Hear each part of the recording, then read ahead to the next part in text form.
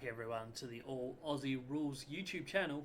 This is mid-season review time, and we're up to the West Coast Eagles.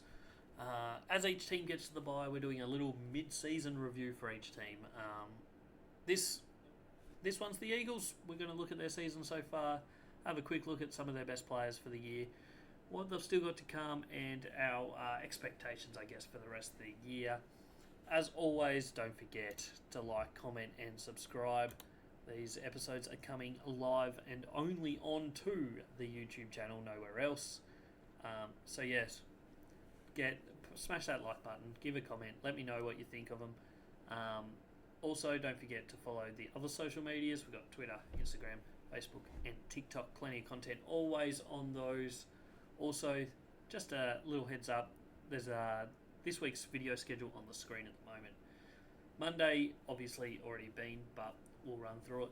Monday, we released the Round 13 review episode that goes live on Spotify and YouTube. That's the regular podcast review episode.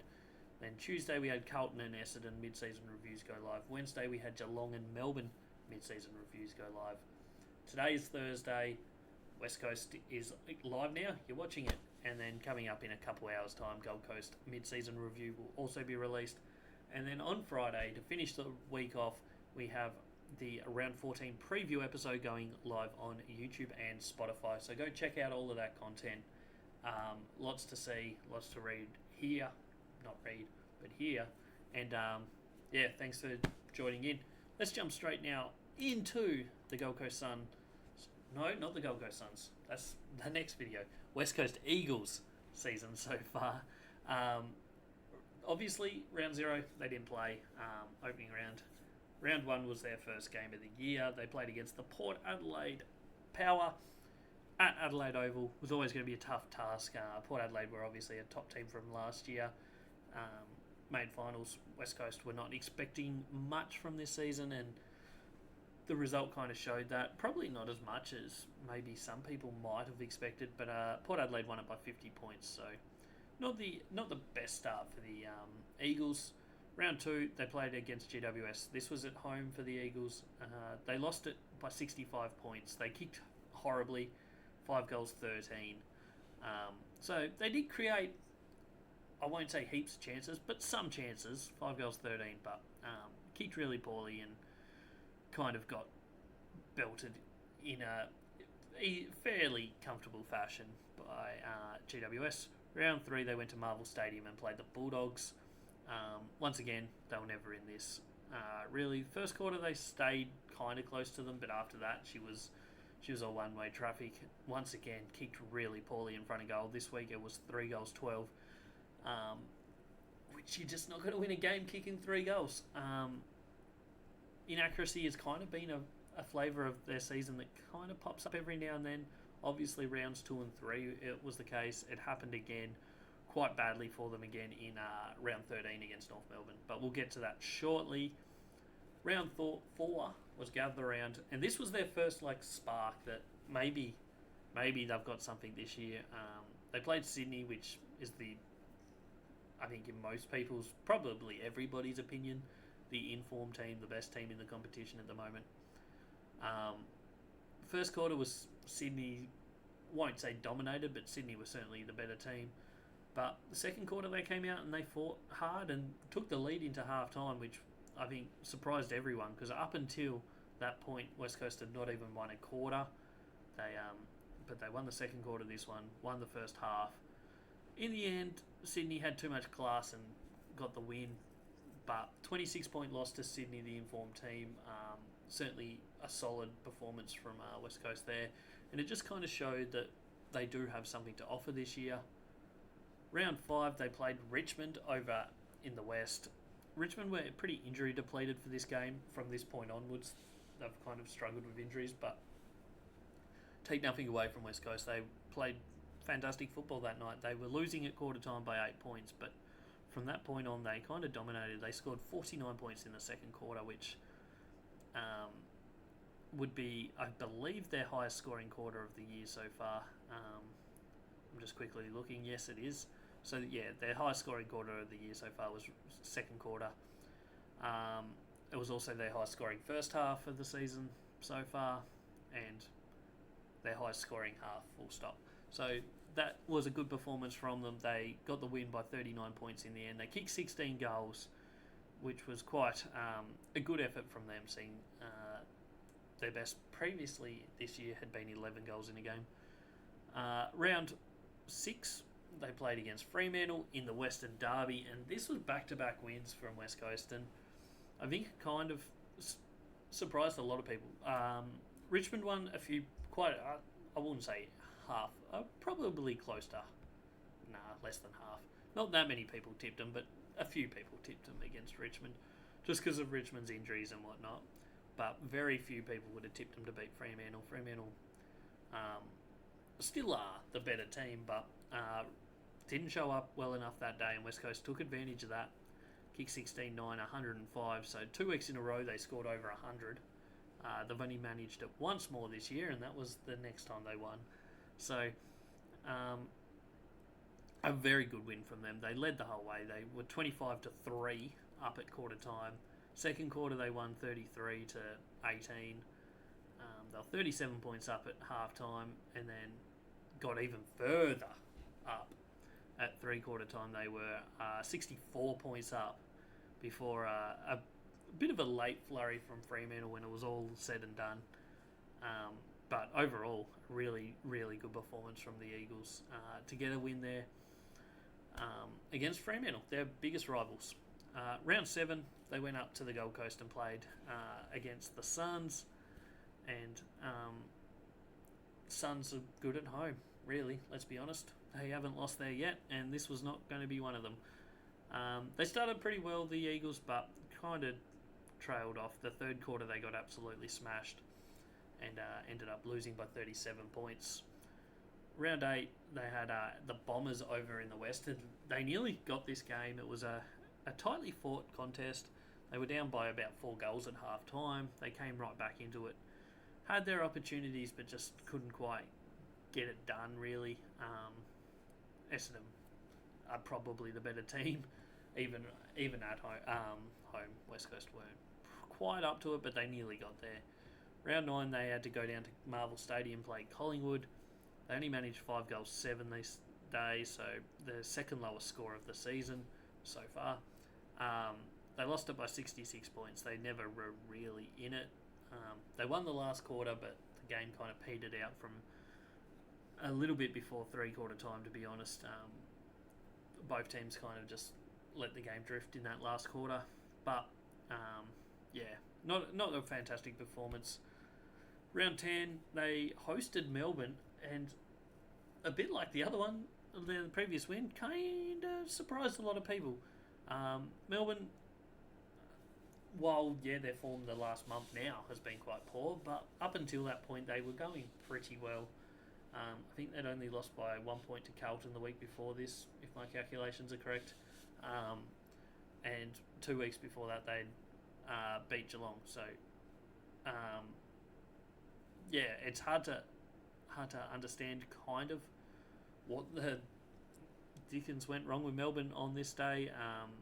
It was the third time, as I said, that West Coast had kicked over 100 points in a game. They won it by 35. They did the damage in the first quarter, to be honest, 27-13 at quarter time, and then just kind of kept the pressure on and ended up winning by a comfortable 35 points. And Melbourne never really looked in much chance of winning this one, so great performance from the Eagles there. And then they followed it up with arguably their worst result of the year, going to Adelaide Oval for the second time, playing the Crows, and they lost by 99 points and never looked in this one. They were down bad in the first quarter. Managed 2 points to Adelaide's 7 goals, 446. So from that point it was all over. Didn't quite lose by 100, but Adelaide aren't playing the best football, so to lose by 99 points to them is not a good sign at all. Round 12, they played St Kilda over at Optus Stadium. They kind of would have been hoping to win this one. St Kilda's season isn't going that great. Certainly had been going worse than Melbourne's season, but they even started well. They were 14 points up at halftime. Kind of looked like they were going to be giving it a run, but in the end, St Kilda just had a little bit more class and got the job done by 14 points. Then round 13, they went into this as favourites. For the second week in a row, they were going in favourites. I'm pretty sure they were favourites against St Kilda as well. And once again, they lost. Poor kicking cost them a lot. It was a bit of a dour start to the game. There's only one goal in the first quarter, which was in the last minute. They only managed 8 goals for the match. They kicked 17 behinds, did the Eagles. They were down 27 points at three-quarter time. Looked like it was all over. They fought their way back, got in front, but North Melbourne managed to kick the last couple goals of the game to win by 9 points. And a little bit of a disappointing result, really, for West Coast here. They probably would have been hoping to win this one. But, I mean, at the end of the day, it's not a major thing. It's not like they're contending or anything this year, so it is what it is, really. We'll have a look at some of the stats that I guess I've highlighted throughout their season so far. Quarter by quarter, they're not really better or worse at any quarter. First quarters are probably their best slightly, but I mean, they're pretty consistent across the board. First halves, they have the better head-to-head record, but overall points for and against is pretty much similar for both first and second halves. Interestingly, disposals, they're minus 43 disposals a game, so they certainly get out-possessed most games. But they are plus 14.7 when they win, whereas when they lose, they're minus 60.7. So you can see there's a massive difference there between their wins and losses. Same can be said for their kicks, where handballs kind of stay the same, but their kicks, they're plus 19.7 when they win, minus 35.1 when they lose. So just something to take note. The only 3 times they've won the kick count this year have all been wins. So they were the Richmond, Fremantle and Melbourne games. Inside 50s, they typically lose them, which isn't really much of a surprise. They lose most matches. Hit outs, they get kind of beaten comfortably in that. Same with clearances. Centre clearances, they do pretty well at. They only lose by 1 per game, which is pretty consistent. Stoppage clearances, they're not great at. Turnover game, they're pretty consistent in this. They're 6 wins, 6 losses and a draw, so they hold possession reasonably well compared to their opposition, so that's a positive sign for them. One that's not so much of a positive sign is the fact that they lose the tackle count by about 9.4 tackles per game, which is quite a big margin in the grand scheme of things. Just some, I guess, looks at their home ground compared to away. It's well noted this year that they're certainly a lot better at Optus Stadium than they are away from Optus Stadium. So Optus Stadium, they're obviously all 3 of their wins have happened there. So they're 3 and 4 at Optus Stadium, whereas elsewhere they're 0 and 6. Overall points for and against. At home, they're plus 2.4 points per game. Away, they're minus 59. So, massive difference there between Optus Stadium and everywhere else. This is also shown in, I guess, contested possession. At Optus Stadium, they're plus 4.4 contested possessions per game compared to their opposition, whereas away from Optus Stadium, they're minus 13.8. Obviously, this is independent, like against different oppositions, so it's not a complete straight line, but still, it kind of highlights a few things. And the turnover one, I think, is a major one here. They win the turnover game plus 4 at Optus Stadium, whereas away they're minus 6.7. So that's a swing of 10 turnovers per game between Optus Stadium and every other ground. So it's not great reading, especially away from Optus Stadium, but there's been a couple blowouts that they've had in that time. Obviously, the 99-point loss to Adelaide at Adelaide Oval. They lost by 66 to Collingwood. They lost by 65 to the Giants. Oh no, that was at home. Sorry, 76 to the Bulldogs, and 50 to Port Adelaide. So they pretty consistently lose comfortably away from Optus Stadium. Certainly an issue going forward, not this year, probably not next, but once they start contending, they certainly need to work on being a better travelling team. Now we will have a quick look at some players, who's been their best players. I don't think, maybe there will be some arguments, but I think it's clear that Elliot Yeo's been their best player. He's an absolute gun in the midfield. His week 1 wasn't great. He was really good week 2. He was great round 4. Round 5 he was outstanding. 6, 7 he was good. Then round 7 he got injured, missed a few games, but he's certainly, I think, their best player. Probably their most important player. The only one that probably is as important is Waterman. He's been fantastic. His start to the year was great from like round 4, 5, 6. He kicked 16 goals, I think it was. Could be wrong. I think 15 maybe. Anyway, he kicked a lot of goals in those 3 weeks. He missed a few weeks due to injury and whatnot, but as a key forward, he is very important for the Eagles. Everybody knows that the hype around Harley Reid is massive, and justifiably so. He is a fantastic player. I don't think he's in their top 3 players just yet, or in their top 3 most important players, but he certainly will be if he continues this trajectory. He's certainly the best first-year player this year so far. Unfortunately rubbed out at the moment for 3 weeks, but once he returns, we'll hopefully get to continue seeing some outstanding footy from him. He's a highlight package constantly. There's always stuff happening when he's in the game, so it's great to watch. McGovern's a great defender. He's possibly the best key defender in the league. He's certainly in the top 3 or so. Tim Kelly's season has probably been a little bit down on what he would hope, I would imagine.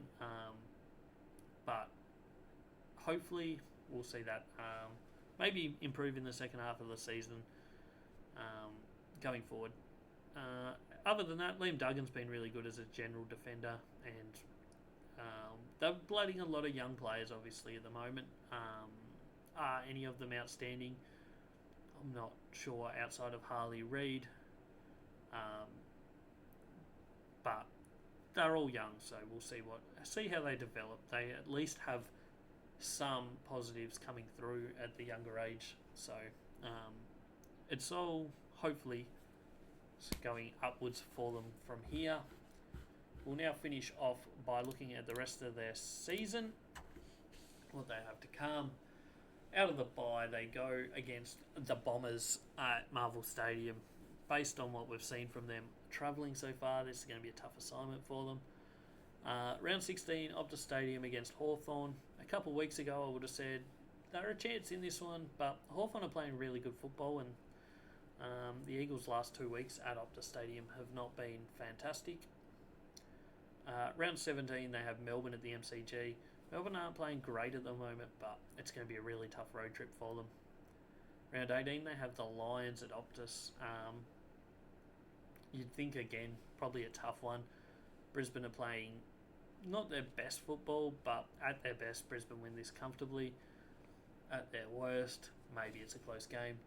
Round 19, St Kilda at Marvel Stadium. They couldn't beat them in the West, so I don't know if I have a great amount of hope that they can beat them at Marvel, but you never know. Fremantle in round 20.